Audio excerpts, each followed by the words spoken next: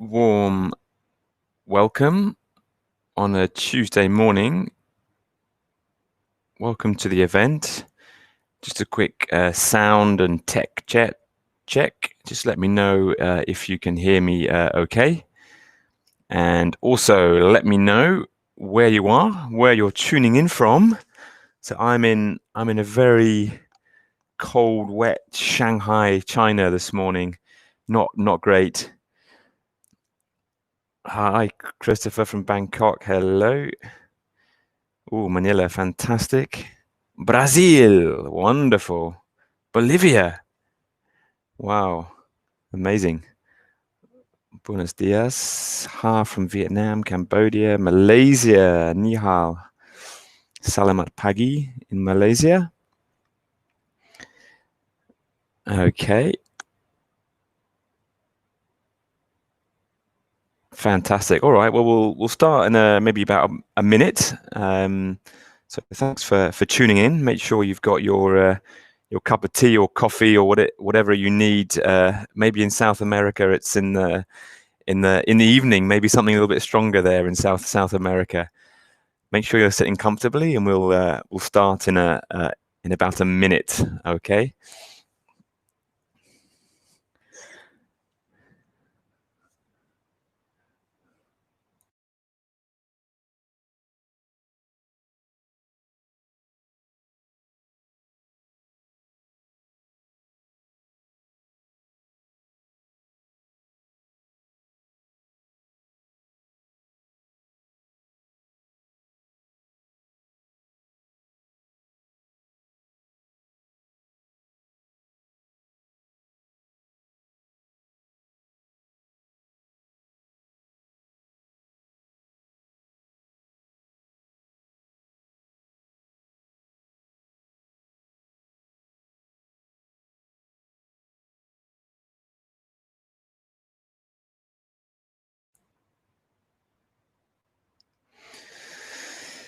All righty. Oh, some very familiar names there in Cambodia.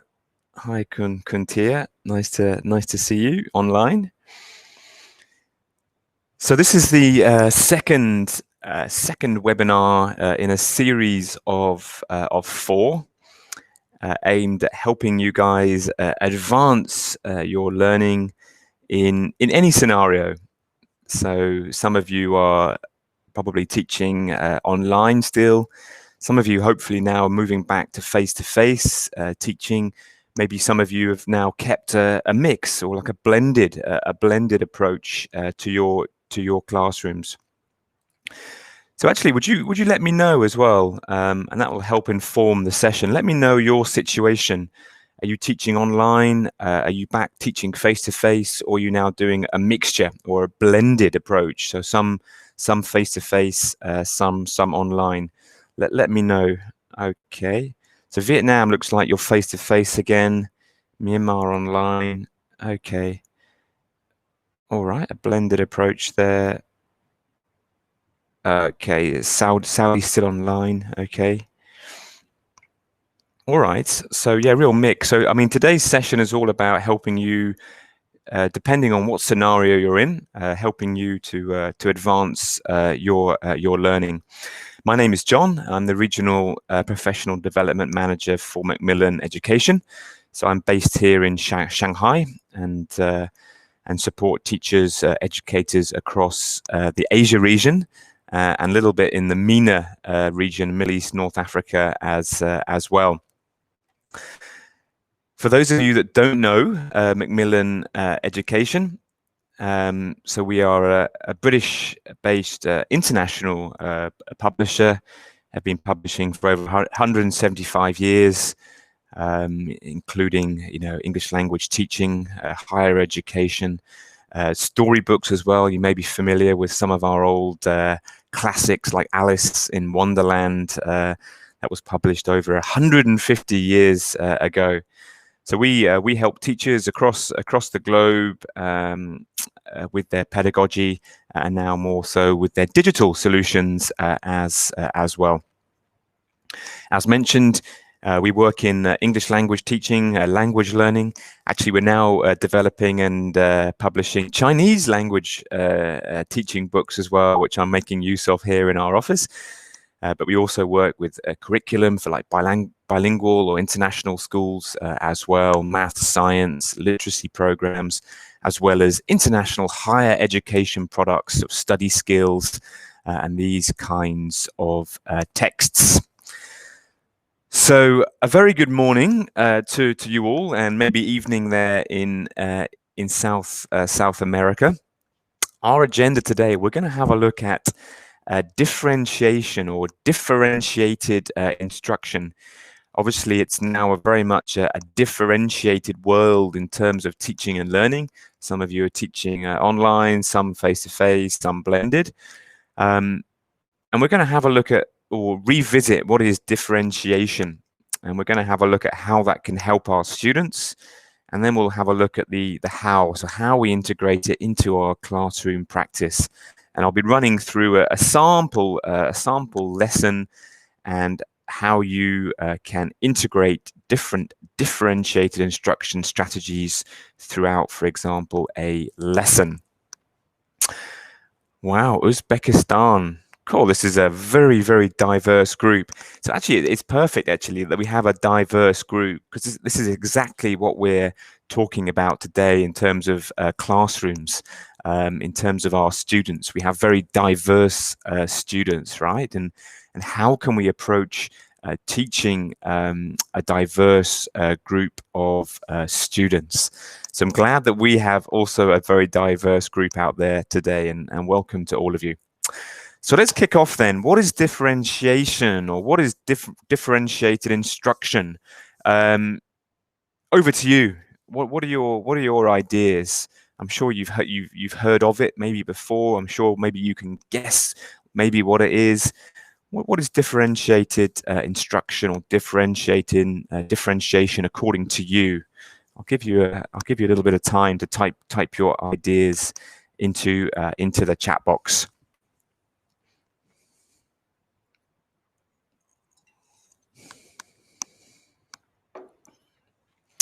Heterogeneous classes. That's very nice idea. And actually, a little bit later on, we'll have a look at maybe the grouping and how we can maybe group by heterogeneous students or homogeneous students. Okay, the ability of each individual learner. Okay, different levels of abilities. Okay, that will certainly come into it. Tailor cut instruction. Absolutely, yes. Variety of activities, individual needs. Yeah, I think altogether, if we sort of take the answers from different people there in the chat box, I think we've built up a nice definition. So if we look at a class, so here I've taken a snapshot. Actually, this was from a class. We had one of our authors go into a classroom here in Shanghai. And I love this photo because it just gives a nice sort of snapshot of, you know, who we have in our class. And if we take time to stand back and look at the individual as opposed to a whole class, I think we would look at the class in a very different way, or in a very different perspective. When I first started teaching back in 2003, 2004, you were given a course book, right? You were given your course book. You had 20 students, and you go in and you plan. Hopefully, you plan a lesson before.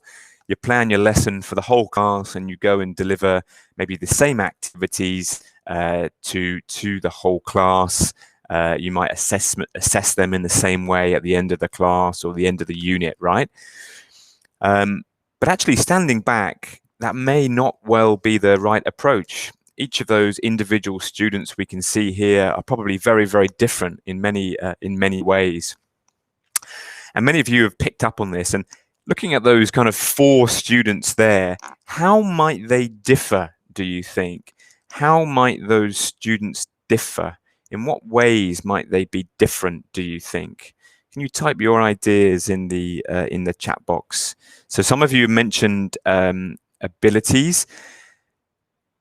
I think some of you mentioned learning styles. I think we have to be very careful with learning styles. I think that's a theory that now potentially has been debunked. I'm not sure how much ground that one holds anymore in terms of the visual and auditory and kinesthetic. I think there's other areas maybe that provide us with sort of stronger sort of theoretical backgrounds now. Interest, desires, family backgrounds, I think multiple intelligences. Yeah, welcome back, Roderick. Good idea. Yeah, that certainly holds ground. What else we got? Diversity. Yeah, in many different ways. Language background. Some of them may have gone through a pre-primary education. Some of them may have come just straight into primary. Background knowledge. Yeah, loads of different ways. Confidence. Absolutely. So today is all about looking at the individual and how we can teach more to the individual in the classroom.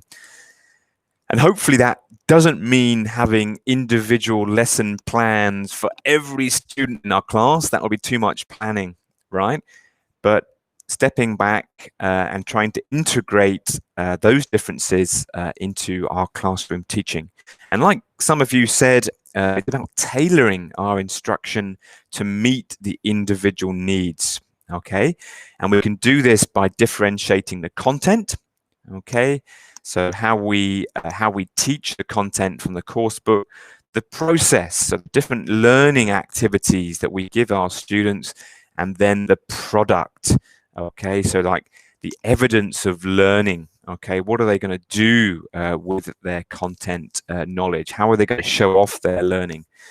But also the learning environment is an interesting one as well, and how we differentiate that. So now some of you are online, some of you face-to-face, so it's already maybe been differentiated for you. Oh, nice one, Amir. Yes, demand high teaching. That's a lovely area actually. That yeah, I would love to revisit again. Thanks for that, Amir. So today we're going to have a look at content, process, and products, and sort of how we can differentiate those in our teaching. So to begin with, I'm going to have a little example, do a little example with you, just to kind of frame, give us sort of a clearer idea of what differentiated instruction is, and this will help us define it more closely, or in more detail. Okay. So first up, when we're talking about differentiated instruction, it's very important to have a goal and an objective, okay, that we can work towards and from which we can integrate our differentiated strategies. If we don't have a goal and objective, it's very hard to differentiate our instruction, because we're not quite sure what we want our students to do or which way we are going. Okay, so for you guys today, as teachers, as educators, these are your goals and objectives for today's session. So I want you to understand what differentiation is. It looks like some of you have got a good idea already. I also want you to be able to explain differentiation confidently to maybe a colleague or another educator. And I also thirdly want you to be able to discuss the benefits of differentiation. Okay, so these are our goals and objectives today. And if I was doing maybe a sort of face-to-face training with you guys, or even a specific online training about differentiation like we're doing today, there are different ways that we could approach helping you guys gain that knowledge. So like I asked you to type in the chat box at the start, we can also do a little pre-assessment at the start of our training, for example. So here we have sort of three statements, if you like. So for example, number one, I know what differentiation means. So for you, is that a yes, no, or not sure? I think I've given you a definition already. So, but maybe some of you are still a little bit not sure. So let me know for number one. Are you yes, no, or not sure? Okay, so still not sure. That's great. So some of you yes. So for those that yes, hopefully we will consolidate and extend your understanding If you're still not sure, hopefully by the end of the lesson, you will then be a yes by the end of the lesson. What about number 2? I know why differentiation is important for learning. What about number 2? Yes, no, not sure. I know why differentiation is important for learning. Many of you saying yes already. Okay, some still not sure. That's okay, no problem. All right. Okay, a couple of not sures. That's no problem. And we'll work with you today to extend that knowledge. And number 3, I confidently use differentiation in my teaching. So how many of you are actually aware that you use differentiation in your teaching? And after maybe I present more about it, we'll return to this. Yeah, some of you are not sure.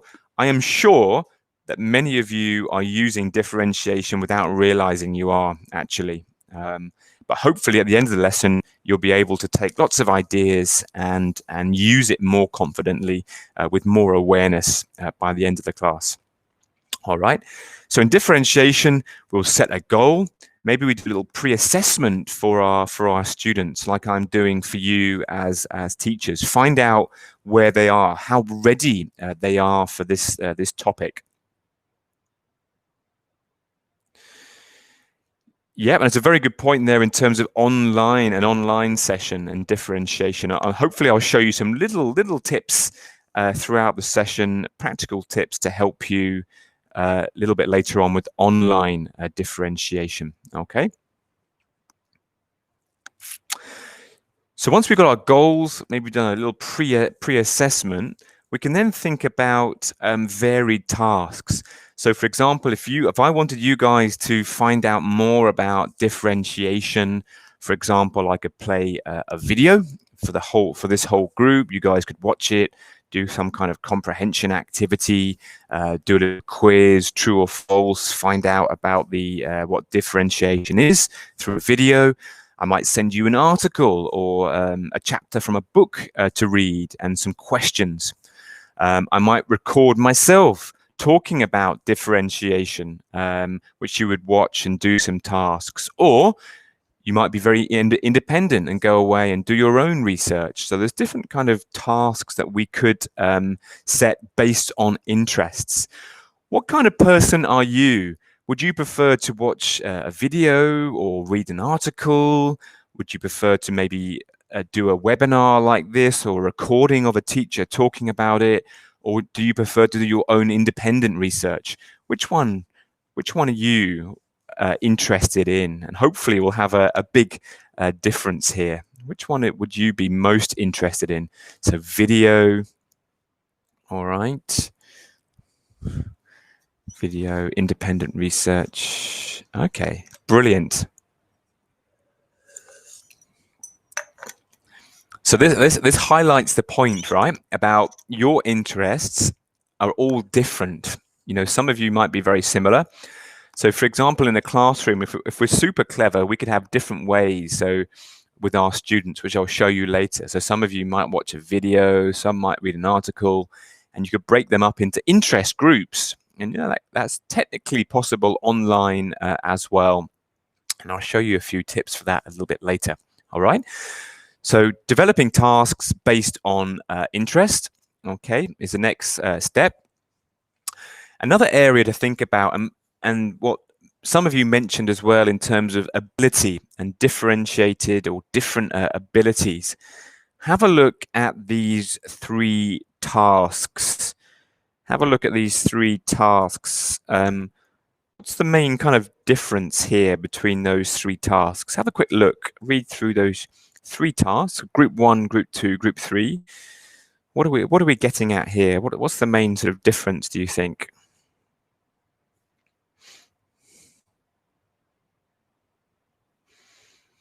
Mm-hmm. So actually, I did this task with some teachers in Jakarta, in Indonesia, for a school there, actually, as a way of highlighting the differentiation. Yeah, it's like a level of control. Are you okay? Number 3 is a gap fill, absolutely. So what we're doing here, again, inside our classes, we might have a different level of readiness for the topic.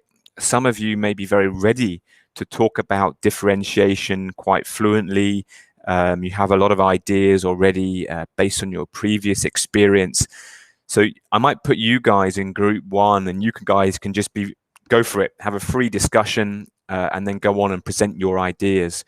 Group 2, maybe you need a little bit more support with ideas to get started. Maybe a little bit support with the language as well. So in group 2, you have some sentence prompts, maybe to help scaffold or start the conversation in your group.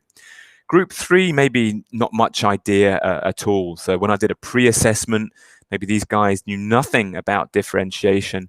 So maybe I put them in a group and did a slightly more structured gap fill task with the definition and the benefits of differentiation. Okay, so inside the classroom, you might have different ability groups and different tasks depending on their readiness. Okay, so slightly more advanced differentiation strategy, and again, that would take a little bit more preparation, but hopefully the end result and getting them towards their goals and objectives would be much more effective. Okay,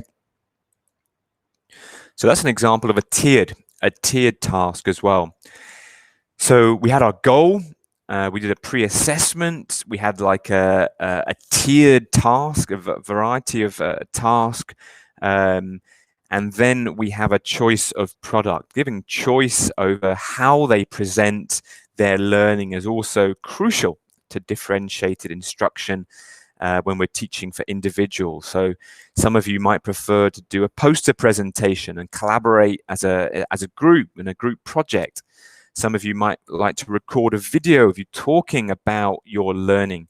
Some might prefer to do a PowerPoint presentation, which they present back to the class. Okay, and that could be done inside or outside the classroom.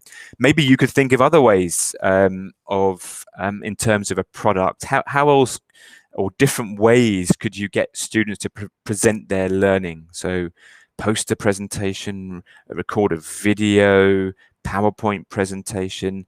What else could they do? It could be a little formative test or quiz as well, I guess. What else could you do? Any other ideas there?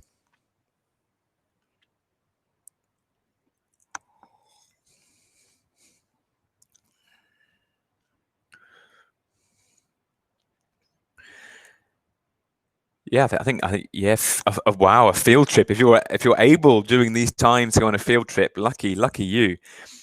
Discussions, role plays, absolutely. Okay, all right. So there are different ways, and the best way, I think Roderick mentioned it actually. The best way is to ask your students their interests. How would you like to present this? Give them a choice of product. Okay. Yeah, maybe a survey or a simulation trip. Oh, that would be very cool. Okay.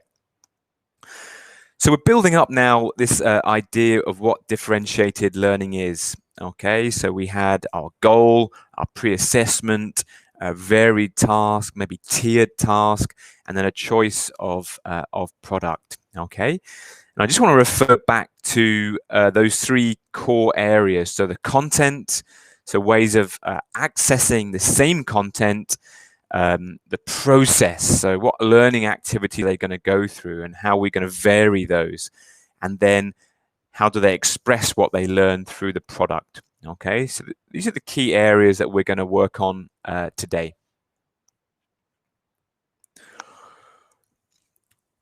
So hopefully we're building up this idea of what differentiation is. A little bit more now on how it can help me and my students. So I think when we think about individual students, I think differentiated learning can definitely support them and help them with their learning and achieving their learning outcomes. How do we do this? So differentiated instruction support learners in their greatest beep while drawing from their biggest areas of beep. What are those 2 beeps, do you think? What are those 2 beeps that help us to understand maybe some of the reasons why we do differentiate instruction? What do you think? What are those 2 beeps? Abilities and interests. Okay. Needs and strengths. Good idea, Chris. I think Christopher may get one of them right. Ability. Okay. Learning interests. Motivation. All right. Let's see who got it right. Oh, I like that. Talents and interests. So yeah, weaknesses and strength. Okay, so if we can teach or understand the needs of our learners, we can understand their weaknesses and then help to develop those weaknesses through our strategies. But also we can draw on their strengths. So understanding their strengths, and then we can use that when we're developing our strategy. So for example, some students may be very good working in groups, some may be better working as individuals, and we can draw on those strengths when we develop different types of activity. All right. So that's one of the reasons that we use differentiation instruction, to work on their weaknesses, but also to extend their strengths as well. And differentiation instruction is all about the how. So often when we have exams and when we have certain content to get through, we focus a lot, right, on what we need to learn. And often maybe we might forget about how they learn best. So we're going to have a look at that how today, and how we can start integrating more of the how in our teaching. So understanding their interests, which many of you mentioned already, their learning profiles. Many of you mentioned maybe their background to language learning, their cultural experience, their ability, their readiness as well, maybe their background knowledge about a topic of a unit, for example, their language ability. Okay, and we're going to have a look at these areas to work on that, how they learn best. So I just want to return to this lovely group of students, and to show you, if we find out about our students' interests, their learning profiles, their readiness, there is so much information that we can then use to design our own teaching strategies. Okay. So for example, on the left here, what should we call the student, the boy on the left? What should we call him? Give me some nice names to help us remember this guy today as we go through. Give me a boy, a student's name. Maybe from the country where you're from. Tim, David, Tom, Jamie, David. Okay, let's go for David. So the David on the left there, what do we know about David? He loves gamified learning. Okay, he's a young boy. He loves his tablet, his digital stuff. He loves instant feedback. He loves working in groups with his mates, enjoys hands-on projects, but he takes time to process the content, a bit like me. And he loves the Avengers, okay? You may think that's a little bit random, but actually there's so many things that we can do if we know about the students' interest outside of the classroom. What about the girl in the middle? What should we call the girl in the middle? Oh, that's a nice name, Hoshi. May May. Okay, I love that one. May, Mary, Lucy. So let's go for May. So May in the middle. Oh, but Diana is a good name as well. It's just tough, isn't it? Let's go for May. May, she's a little bit different, right? She needs more of a challenge. She likes working individually as opposed to David. Enjoys art. She's very creative, art and drawing, quick to process content. And she loves Japanese comic books, okay? But inside this class, you can see two individuals who are very, very different already.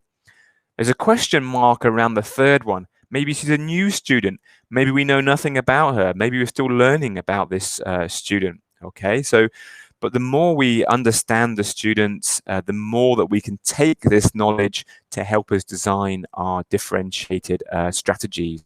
Okay, and I'm going to show you today some tips about how you can do that. All right. Oh, some beautiful names there. But we're going to stick with David and May today. All right, and we'll come back to them as we go through. So we're building up our knowledge of differentiation, maybe how it can help us in our classrooms and with our learning.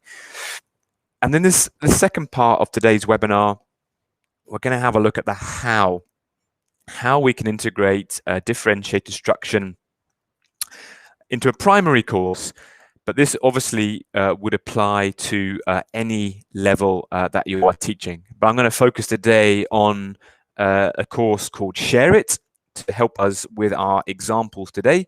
So this is our new course, primary course from Macmillan Education. And I'm going to share some differentiated ideas for you today. And we're going to refer back to these three areas. And we're going to start by looking at how we can differentiate content, the process, and the products. We'll then look at a lesson plan, and I'm going to give you a few little strategies that you could use for differentiation inside a lesson. Okay?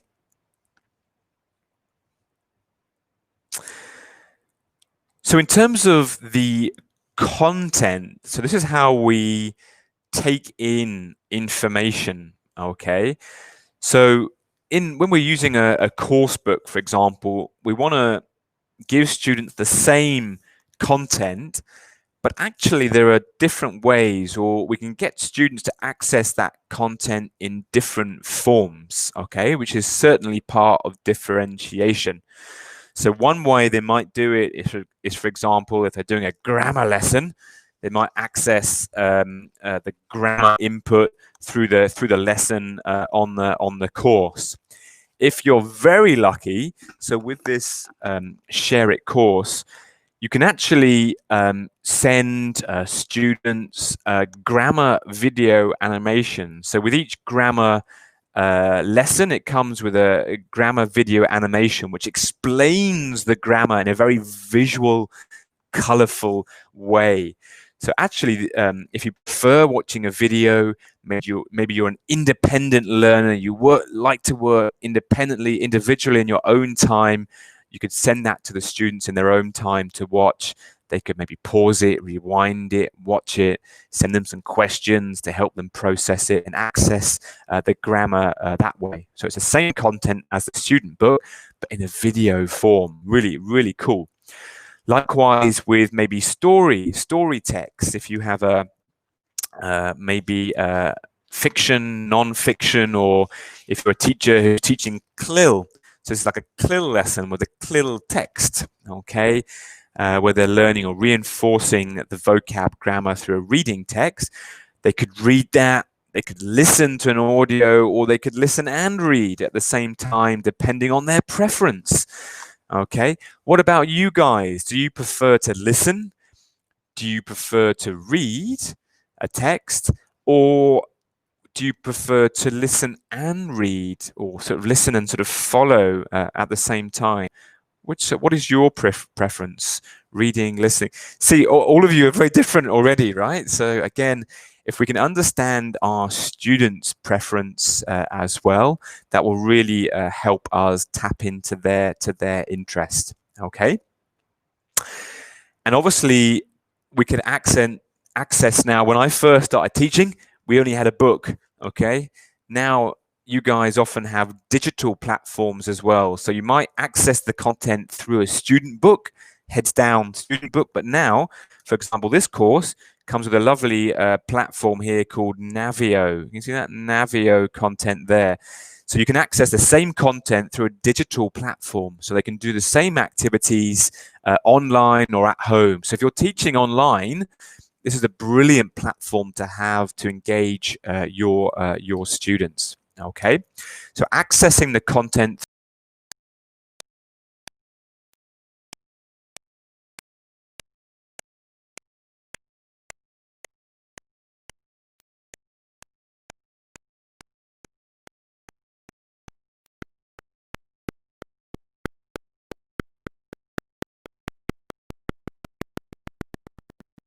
creation. The process, so making sense of the ideas through different learning activities. I mentioned the digital online. So this that Navio platform I mentioned there. So Navio, that comes with a 3D world. So students can work independently, doing activities outside of the classroom in their own time. They go around this 3D world, answering questions, consolidating their learning, winning points and rewards, which they then use to upgrade their avatar. Amazing, amazing stuff. So it's a great kind of learning activity, again, more independent, more individual. David might love this, right? Because he loves his gamified activities. May might love this because she prefers individual learning, okay? Other ways that we can vary learning activities is by varying the interaction patterns. Some students may love working individually, like May. Some may prefer to work in pairs to build their confidence. Some may like to work in groups, like David. Some may prefer whole class discussion. So again, understanding the needs of the students and then varying those interaction patterns, okay? And finally here, I've taken this one from a course called Global Stage. Again, this is one of our primary courses. And this course, so in the teacher's book, so for example, for songs, role plays, discussions, different types of activity, they have different ideas for different level for those activities. So for here, for example, for discussion, you want to do a discussion with your students, but maybe some could do it, some a bit stronger, some a little bit weaker. There are ideas for support activities, so how to support students if they're a bit weaker with discussions. You might put them into one group. And then there's a challenge activity. So those who are more confident, they love their discussion, you could put them into another group for challenge discussion activity. So that's a brilliant way, ready-made, differentiated instruction activities in your teacher's book. Very nice indeed. Okay. And then finally, we have the product. Okay. So I think the great thing, again, I've taken this one from the Share It course. And in one unit, these are all different ways students can show off their learning. So there are projects to show off their learning. There's a progress tracker in the form of a game. It's like a board game at the end of a unit to review. Brilliant, great fun. There's a share your world activity, which is a personalization task. So they take what they've been learning in the unit and then they personalize it to their own world. I mentioned about the gamified language practice to show off their learning, and also self-assessment for those students who like the thought of a sense of achievement or progression. Start of the unit, here's our goals, end of a unit, let's see how we did. Yeah, I've done really well. Okay. What about you? What type of learner are you? What would you be interested in, do you think? What suits your interest? Are you a projects person? You want to play a board game to review the unit? Do you want to do a personalization task? Are you a self-assessment person? Or you want to do some gamified online practice? Which one are you? All right, Fung, you want to do some gamified woohoo learning. All right, projects. Actually, a lot of you are projects. That's great. All right. Again, inside our group, so much difference, right? So we can understand from our students. We can pick and choose. But obviously, having a course or having a unit where you have access to all these different types of product is great. It's all ready for you. You're already connecting to all those different students in your class. You don't have to do too much. Okay.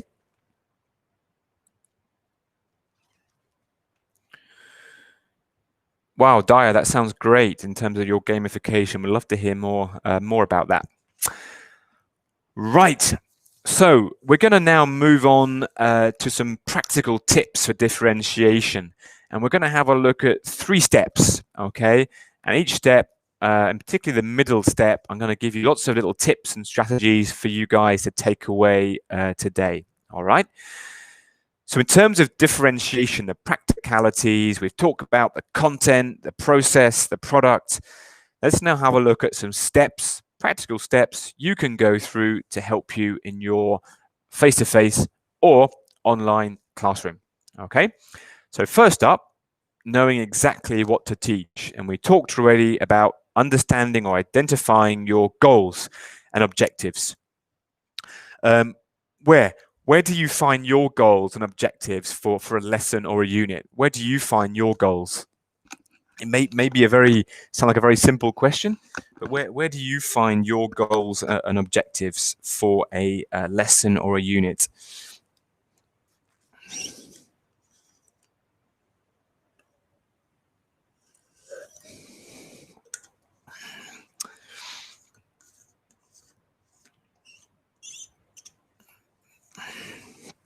Let's have a look.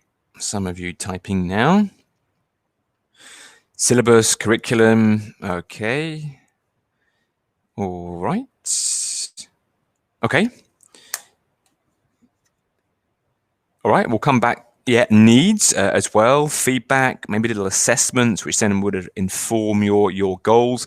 So actually, you may have goals from the course book. You may have your additional little goals, objectives as well, based on maybe feedback from students, your observations about students as well. All right. But once we know the goals, we can then find out what our students need in terms of their readiness, their interest, their profile. And once we have that data about our students, we can then start designing our strategies, okay? So like many of you said, yeah, you would find your goals, objectives from the course book. So again, this one from the Share It course. So at the bottom of each page, they have a can-do statement aligned to the CEFR. So this would be a goal for each lesson. So each lesson has a can-do statement. In the teacher's guide, like you mentioned, there are probably some additional kind of sub-objectives or goals as well for us to work towards, okay? But once we have something to work towards, we can then move on to understand our students, and particularly in terms of their readiness, their interest, and their learning profiles, okay? And I'm going to give you a few little tips here and some practical activities for each of these three areas, okay? So readiness is about their ability to access the content of the unit. What do they know about the content already? How is their language ability to be able to complete the unit of study, all right? And let's have a look at that one first. So in terms of readiness, we can assess their readiness at the start of a class, at the start of the year, even with a diagnostic test or assessment. Start of a class, little entry tickets, for example, the end of a class, for example, exit ticket, end of a unit through some kind of assessment as well, which can then inform our teaching strategies for this unit or maybe a following unit, okay? And let's have a look at a few of these practical ideas listed there. So we looked at an entry ticket, right, at the start of the lesson. So this may be very simple in terms of finding out what they know already about the content. So if you're teaching online, this is a very easy one. If you're teaching online as well, giving them some statements, some sentences from the topic of the unit, and they give you a yes or no, or a thumbs up, thumbs down, or a not quite sure, okay? And that will give you a good idea about maybe where they are already in terms of the content of the unit, okay? A little bit later, we're actually going to have a look at food groups. Okay, that's why I've used the topic of food groups here. Okay, so some of you are posting in there already your answers. That's cool. So some kind of little entry ticket, little yes, no, little quiz, something like that, just to check their knowledge of the topic, maybe as they're coming in. Okay, And then that will help us maybe split them up, maybe into groups for later tasks. Some of you probably heard of a KWL chart as well. So K, what I know already about a topic. W, what I wonder, what I want to know about a topic. And L, they come back later at the end of the class about what they learned. Okay. There's definitely a 21st century skill update on a KWL chart.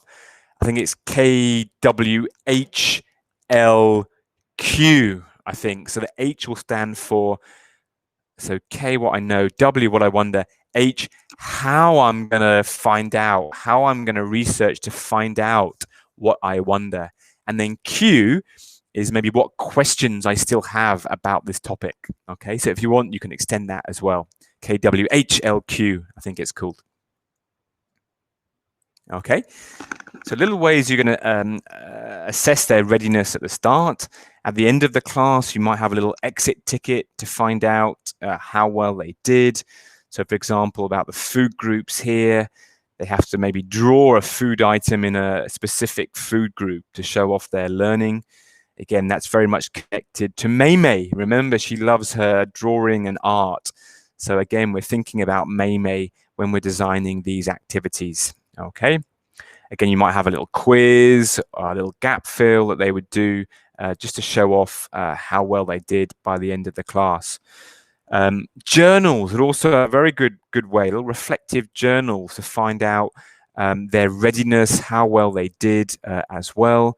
So this one, they kind of reflect and write down what they want to know more of. For example, again, you could adapt this to your own classroom. So this one, they actually read a reading text, and then they have to write down what they would like to see more of, because, and again, that would help to inform your next reading lesson, right? So you'd read through these, and then that would inform your next reading lesson. Okay, all this data is fantastic for informing our teaching. This is also a nice one. So triangle, square, circle. A great way to find out their reflections, what they learn. Again, this can inform our future strategies and activities. I would use this one with a slightly higher level. So triangle, they write down 3 things they learnt from the unit or from a lesson. A square, how do I do a square? I'm terrible, aren't I?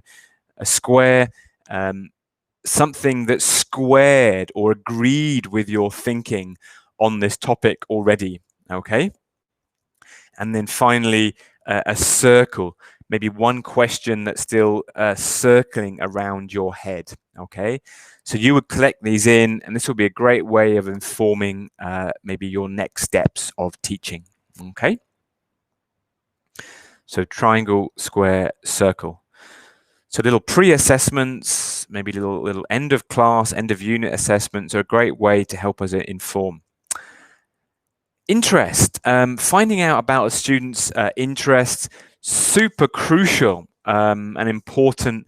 If we understand their interests, we can integrate those into the classroom, not only to engage, motivate them, but also if we integrate their interests, I think that will help them on their study pathway as well. And that could be interests in terms of working in groups, working individually. It could be through the content, through video, or they prefer listening or reading. So finding out from an academic standpoint their interests, but also from a social, outside of the classroom as well. And can we bring that into the classroom, into our teaching activities and strategies? So we can do this through surveys, through observation in terms of maybe how well they're working in groups, maybe through peer interviews. They do a little question and answer, which we can listen to find out what they're interested in, maybe through brainstorm activities of their interests, questionnaires, informal discussions with students. When they come into the classroom, have a chat to them. How was last night? How was your morning? What did you do last night? Oh, I played computer games. Okay, for example, and find out what computer games they're interested in. okay? And you can then use that knowledge to then integrate into your teaching, okay? Yes, I think I would agree with that, Amir, in terms with difficult with large classes, but I'll show you a few little tips, a few little ways that you can integrate with large classes in a wee while, okay? So a few ways we can find out their interest. So here's an example of a little interest survey, okay? So for example, areas of passion. Again, you can adapt these surveys depending on the level of your students.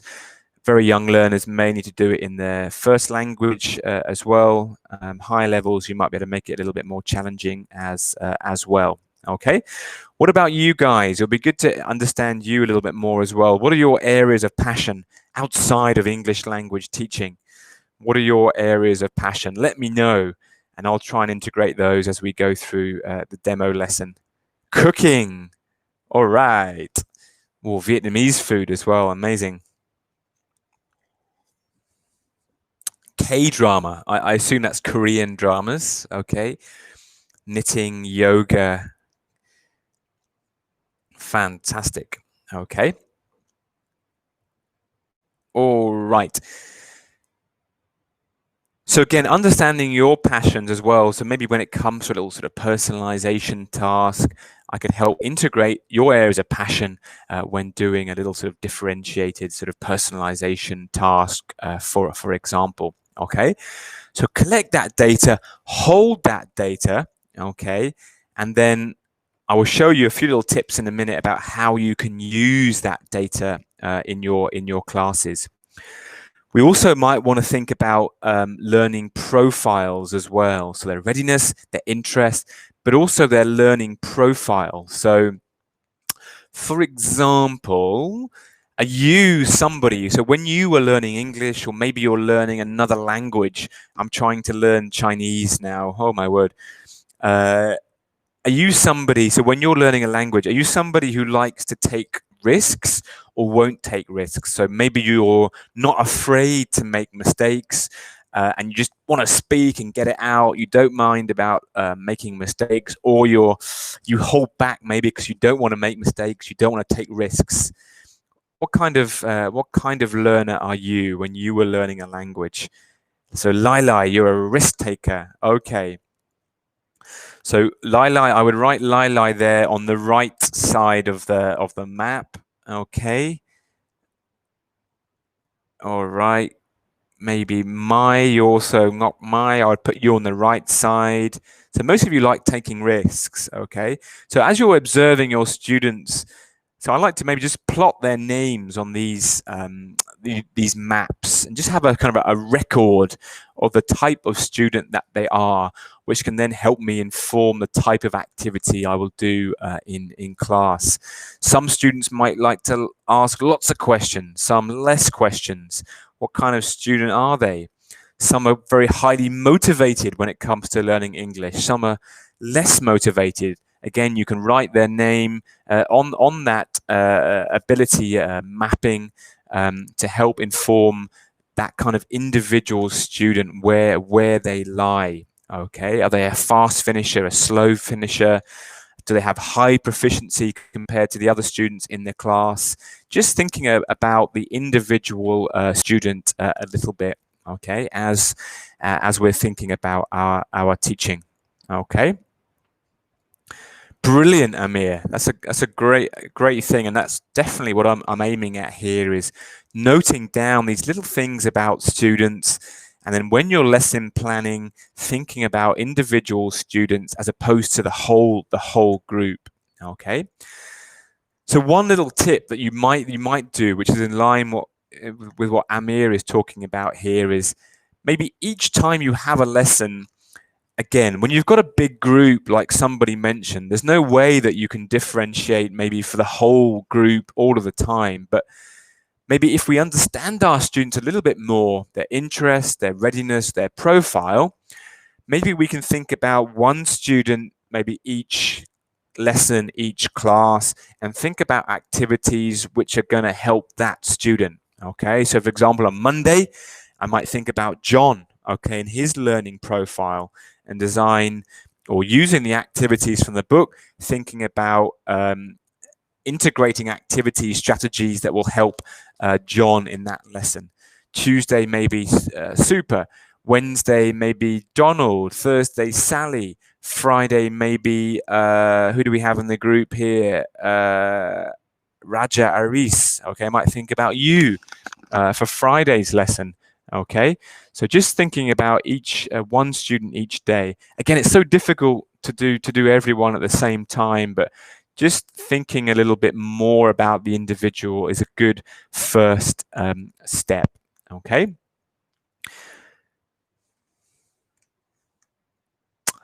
So once we have our goals, we've collected a little bit more data, maybe over the course of a few lessons, over the course of our course even. Sometimes it takes time. We can then start using that data to inform our instruction and our strategies, our activities, okay? And again, it's not, some teachers, again, an easy question to ask might be, yes, sounds like a lot of extra work for us as teachers. I would say yes, it may involve a little bit more thinking on our part, okay? But actually often, again, with the course books that we have, again, often everything is there for us, but just some maybe little tweaks that we can make, or little strategies we can integrate to help this differentiation process. Okay, and it doesn't have to be a separate lesson plan for each student. Okay, but I would encourage you, and the essence of today's session is thinking about the individual learner as you plan a lesson. Okay, again, maybe one or two students each lesson, and ask yourself, who are you doing this for, and why are you doing it? All right. So let's have a look now then at the practicalities. Let's have a look at a lesson plan and try and put this all into practice. Okay. So a little deep breath. Let's take a little bit of a 10 seconds break just to refresh ourselves. Take a few deep breaths, have a sip of your tea or coffee.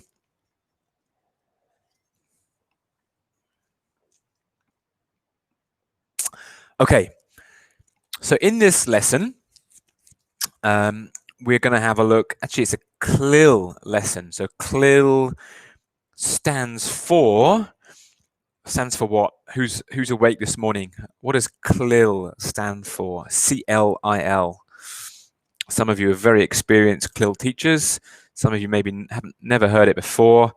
Amir, you are on fire this morning. I wish I had some prizes to give away. Okay, great. Yep. So it's a content language integrated learning lesson. So they're learning subjects. So here it's about health, actually. So they're learning a subject around health through the English medium, recycling, consolidation of food, actually food vocabulary. In this lesson, they're looking at food groups, so dairy, protein, all these different kind of food groups. And actually, at the end of the lesson here, they will show off their learning by designing their own project. So here they do a food group plate, which they would take home. And then as they are eating their dinner at night, they would identify different food groups on their dinner plate. Really, really cool way of taking your learning home. Okay. So let's have a little look about how we might go about differentiating this lesson. And as we go through, I've named her wrong, haven't I? We decided her name was May. I've called her Super, but let's remember her name is May. And as we go through this lesson today, I've planned my lesson. So actually, it's a lovely lesson plan already made for you here with different steps. So we got warmer. Activity 1 is a pre-reading. Activity 2 is a reading. We have a think and an answer. Number 4 is a personalization task. 5 is like a wrap up. And number 6, we refer back to our goals. Okay. And as I planned this lesson, I was thinking about May, okay, or Super May. All right. I was thinking about May. And remember, May, she loves more challenge. She loves working individually. She loves art and drawing. She's quick to process. She loves Tom and Jerry. And she loves asking questions. Okay. So as we go through this lesson, I'm going to be thinking about May. All right. Or Super May. And hopefully I'll give you some little tips for those of you who are teaching face-to-face and those online. Because I know teaching online can be a challenge, especially when it comes to thinking about differentiation. All right. So May is someone who loves that challenge. She loves maybe that little bit of individual time. She loves to show off her learning as well. I might get her to read out the objectives for the lesson if you're working online, for example. In a class, you might, pick on the students who like to show off their English as well to read out their goals and objectives. So here I can read about food groups, okay? And also they're going to learn what kinds of foods go in each food group. All right, so these are our goals that we're working towards today. All right, again, you may add your own little personal goals. I'm trying to think in terms of differentiation. It may be to work well in a group. It may be to ask good questions. You may have some little sub goals based on their needs as well. Okay. So in terms of a little pre-assessment, so finding out what they know already, okay? So this is a little task to maybe find out what May and the whole group know already, okay? So this one, they have to put the different food groups or food items they've learned in a previous lesson, so they've learned food items in a previous lesson, into the different categories, okay? I wouldn't necessarily explain these categories yet, just to find out what they know already, okay? So remembering that she likes to work individually, I would get May maybe to do this individually. If there are students in your class face-to-face that like to work in groups, you could put them in groups to do it if you wanted to. Is another idea. May loves drawing and she loves an extra challenge. So you might, maybe for May, you might even set her a challenge of drawing those food items into the table, okay? Another way of connecting to May's individual preference, okay? So a little task that you might do there. Again, if you're working online, you might want to do an example yourself first with the students, ask them as a group online to put in. You may give them a little bit of time by themselves to think and try and put those into the correct group, okay? A classic little game here called Kim's Game. Again, this was in the lesson plan. Again, we're thinking about May for our little warmer for today's lesson. We've done a little pre-assessment, okay? And then we want to do a little warmer task to get them engaged with the lesson. So this one is a great one you could do again face-to-face. If you have a digital platform, you could do it quite easily as well. Or here I've just blanked out some of the key pictures. So they get to maybe look at the pictures first, try and memorize it. Okay, memorize those 8 vocab items. So I'm going to give you 20 seconds to try and memorize those items.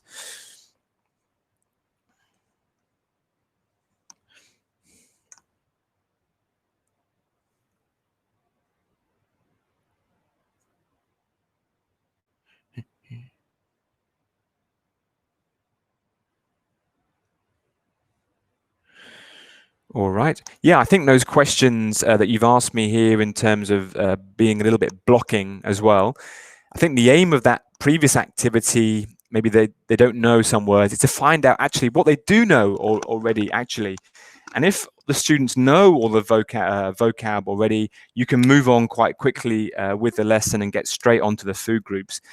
If maybe they're being blocked by some food items, maybe you might want to go back, review some vocabulary, maybe with flashcards again, or whatever your strategy is to bring everyone up to speed. Okay, it may be that some are being blocked, and then you might spend a little bit of time with a group on some reviewing some of the vocab, while another group who've got on quite well, you might push them forward with the reading task and some further challenge. Okay.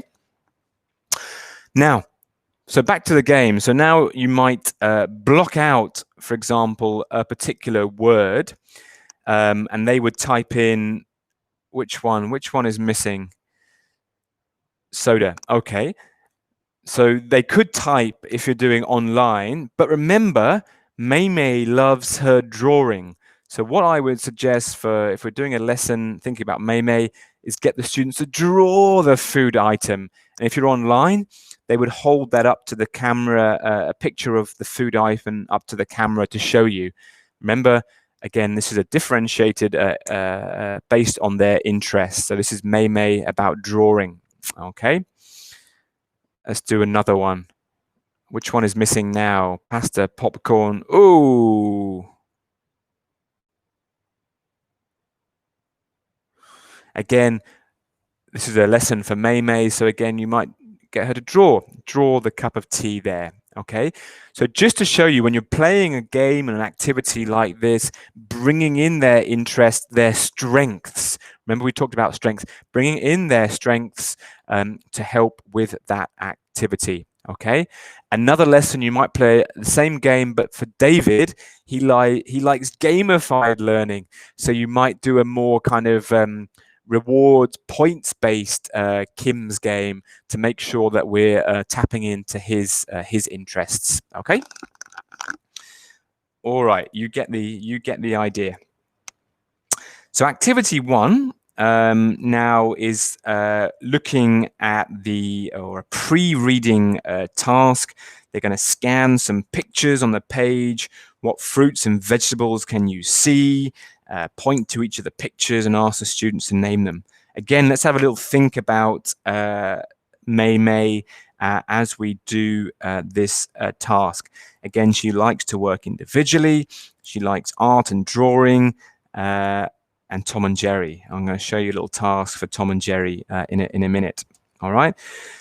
So again, for this task, again, if you're online, you might, again, this one comes with this Share It book comes with an online platform. So you can teach the pages from the student book using the online platform.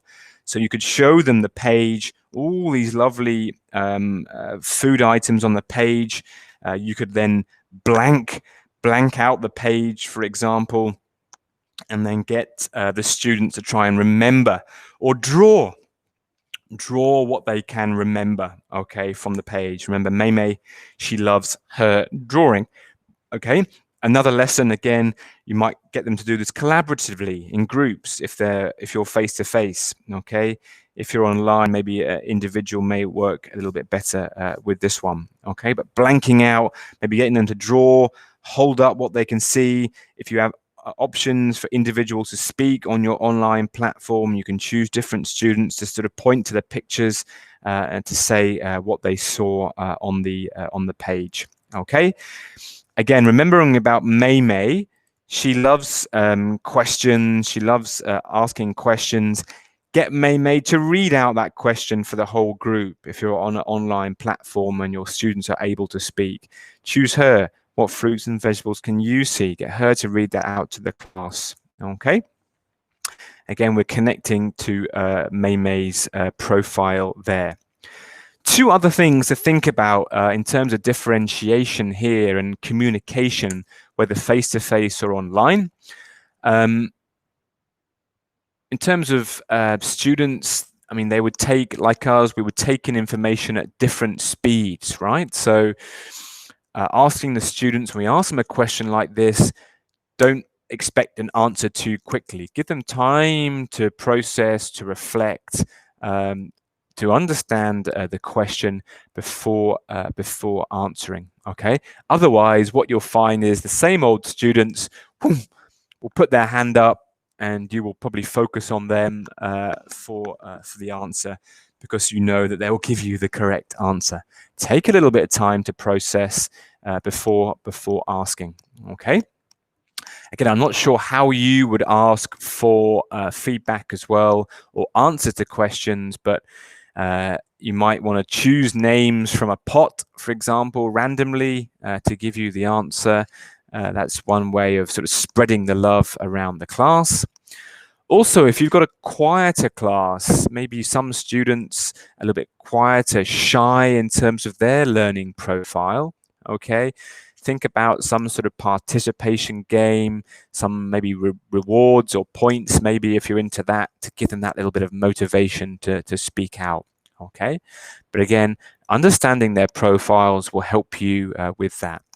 These tips, by the way, again, come from the teacher's book of Share It, and each unit, each lesson, they'll have these lovely tips, which again will connect to kind of differentiation and differentiated learning. Whoa, that's a great question there. Should we focus more on sustaining learners' strengths or enhancing their weaknesses? Very good question. If you can, maybe a little bit of a balance with both, but when you are planning your lesson, maybe for May, for example, we might think about, you know, her strengths. So again, I've shown you how you might integrate the art, the creative side. Her strengths is working individually. Again, we might integrate that. Maybe she's got weaknesses as well, in terms of she's not very good at working in groups. So in fact, in that lesson, we might also integrate some group work, maybe just to try and develop her kind of social abilities as well.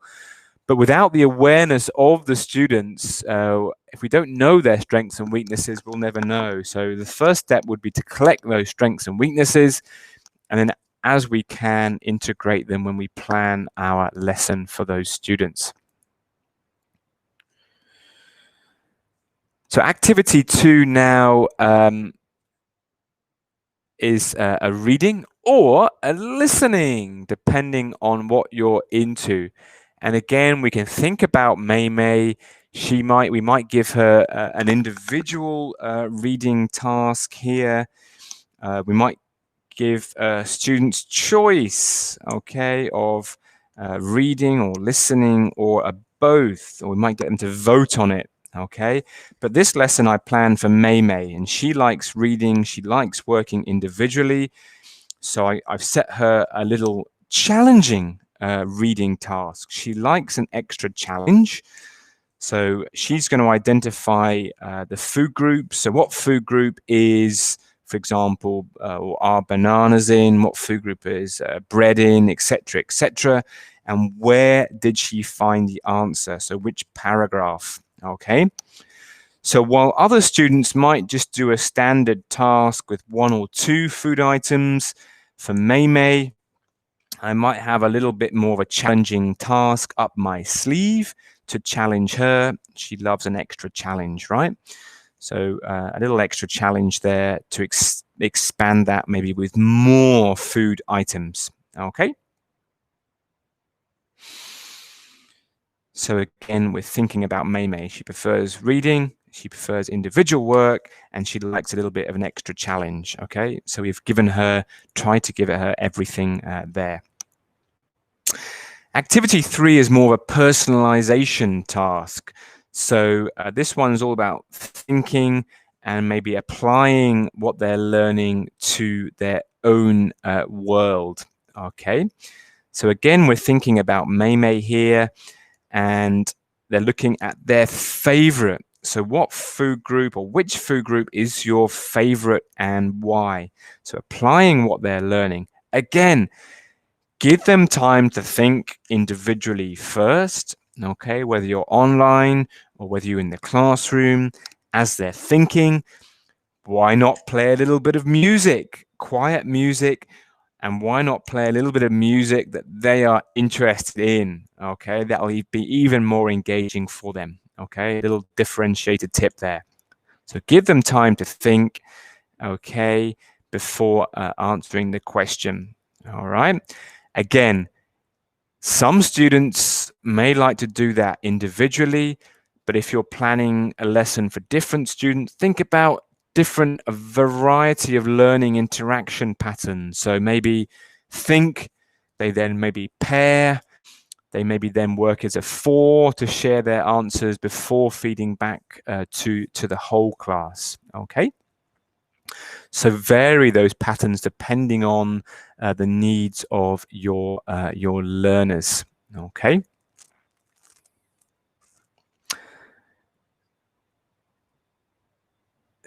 A little tip, sorry, just going back, and I was just thinking about online learning as well. And it's very hard sometimes to do that group work online. If you're very experienced with higher level, maybe mature students, you can do breakout groups, right? But with younger learners, it's quite difficult to have that kind of interaction and pair work. So one idea that you might use is little puppets. So get them to have little hand puppets or finger puppets or something that they can interact with and maybe ask and answer with their own puppet. It may seem a little bit weird talking to yourself or your puppet, but at least they're getting that kind of interaction and then using the language. Okay, if they're online. Getting back to this lesson, remember May, she loves Tom and Jerry, and she loves an extra challenge. So maybe she might finish this one quickly.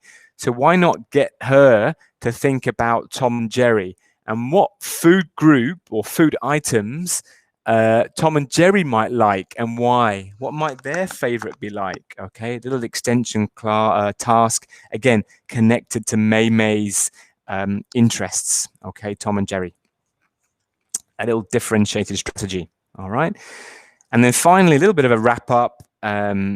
So this one is about making word cards, and they would mingle around trying to find out what they are. Okay. So each student, so they have little sort of, if you're face to face, they have little either food groups or food items on little bits of paper. They stick to their backs. They would then walk around the classroom asking their friends and trying to find out what food item they are. Remember, in differentiated instruction, different students might need support. So thinking about maybe students in our class who need extra support, giving them the question structures or prompts to help them walk around and ask questions. So working with question prompts first to help with the activity, okay?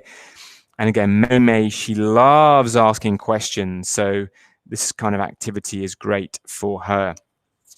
If you're doing it online, again, it's something that you might be able to do with your students. For example, let me do an example.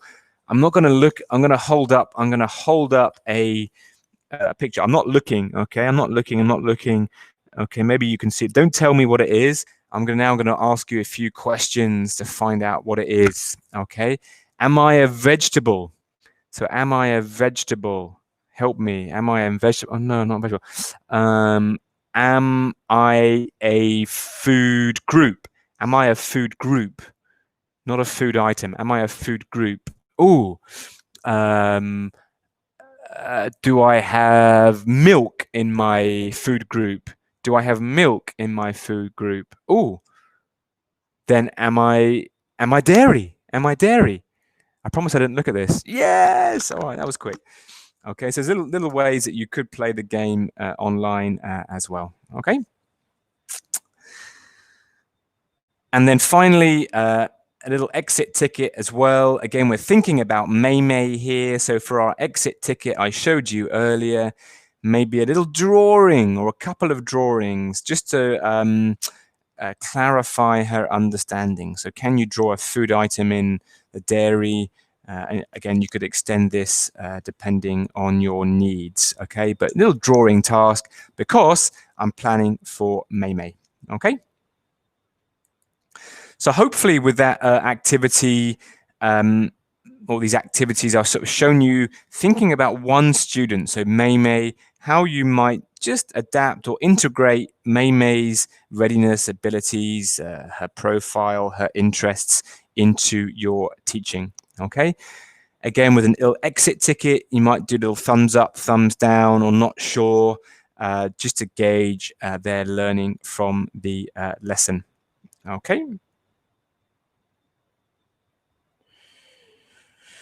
Whoa, good question. Absolutely. And we have a course called Give Me 5 actually now, as well as Global Stage. And in the teacher's book, actually, they actually have differentiated activities or how you might approach special educational needs. They call it SEN, right? Special educational needs, SEN, and how you might teach for students who have dyslexia or autism, etc. Okay, so if you want to know more about that, look out for the Give Me 5 course. If you're aware of that one, there's some really good tips in there for dealing with special educational needs. But I think that would be a whole session in itself, wouldn't it? SEN, I think. Absolutely. But great question. All right. So hopefully that gave you a few ideas about little ways you can integrate differentiated learning, thinking about your individual as opposed to the whole group. And next lesson, you might think about David, for example, as you plan your lesson. Few little other little useful information tips on differentiation, just to finish off this session. Just to make you aware, I mentioned a lot of the ideas I mentioned today came from Share It. I mentioned Give Me 5 with the ideas for the special educational needs. There are some other resources available with these courses from Macmillan Education. Again, differentiate ideas that are already made for you. You don't have to go out there and do it yourself and spend lots of time. So one little idea here. So with the Give Me 5 course, they have differentiated the opening level. So level 1 of this book, they have a basic and a standard level, depending on the ability of your students and the readiness of your students.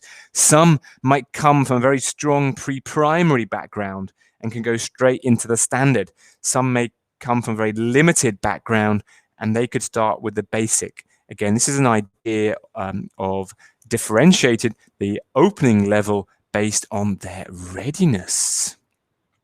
Interesting. These worksheets come from Global Stage, again, ready-made for you.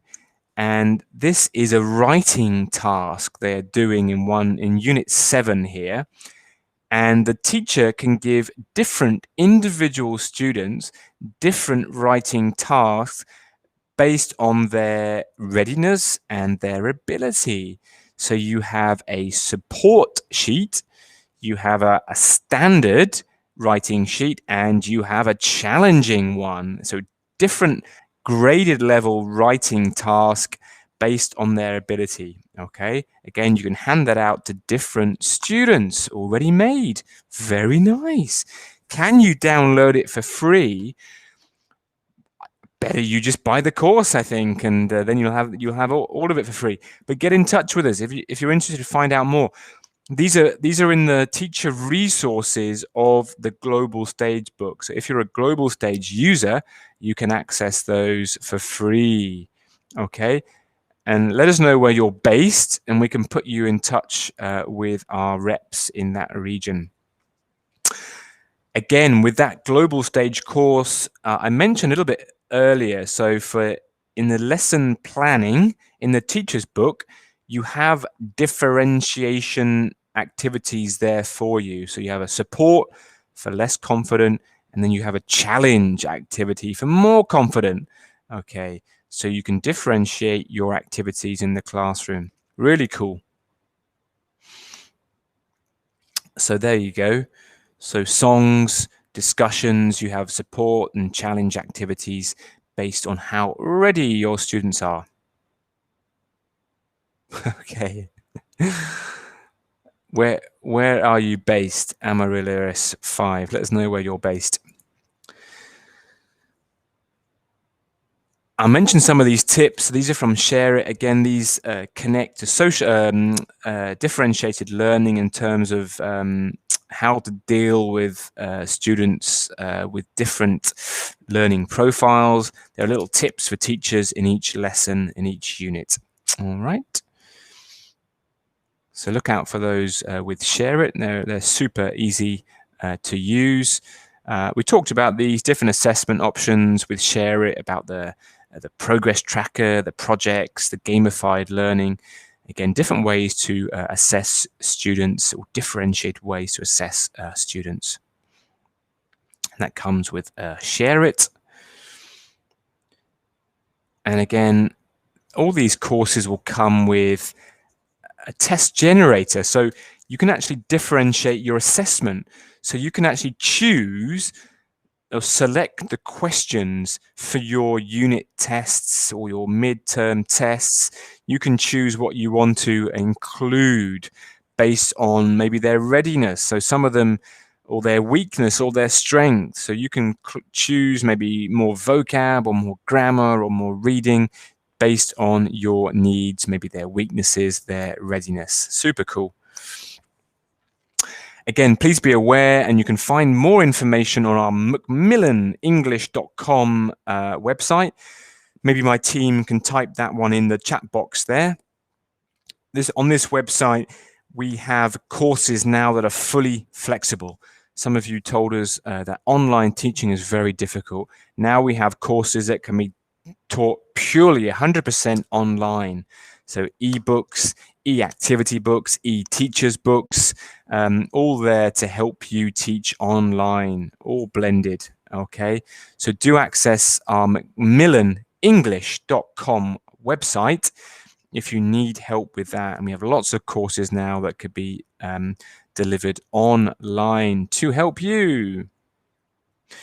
Okay, so hopefully now you have a better idea about what differentiation is, and hopefully you can explain that more confidently and discuss the benefits with your teachers. All right, so give me, what about number one? Give me a yes, no, not sure. Where are we? What about number one? I know what differentiation means.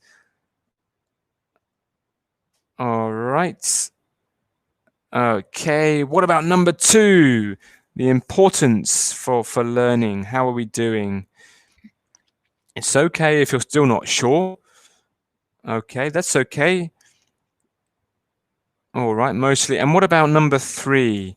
So we went through that lesson plan with some differentiation techniques. Do you feel a little bit more confident now? Again, it's okay. It's okay if you're not. Okay, great. All right.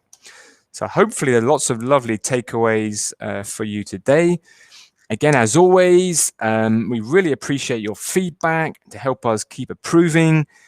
Do scan the code if you can do that. And that will take you through to a little survey to help. There's a little link to the survey in a chat box there. Please give us some feedback. That will help inform our service to you in the future. All right. So I'll leave that up for a little minute. If you have any other questions about today's session or about products, do let us know. How can we be fair when we differentiate assessment?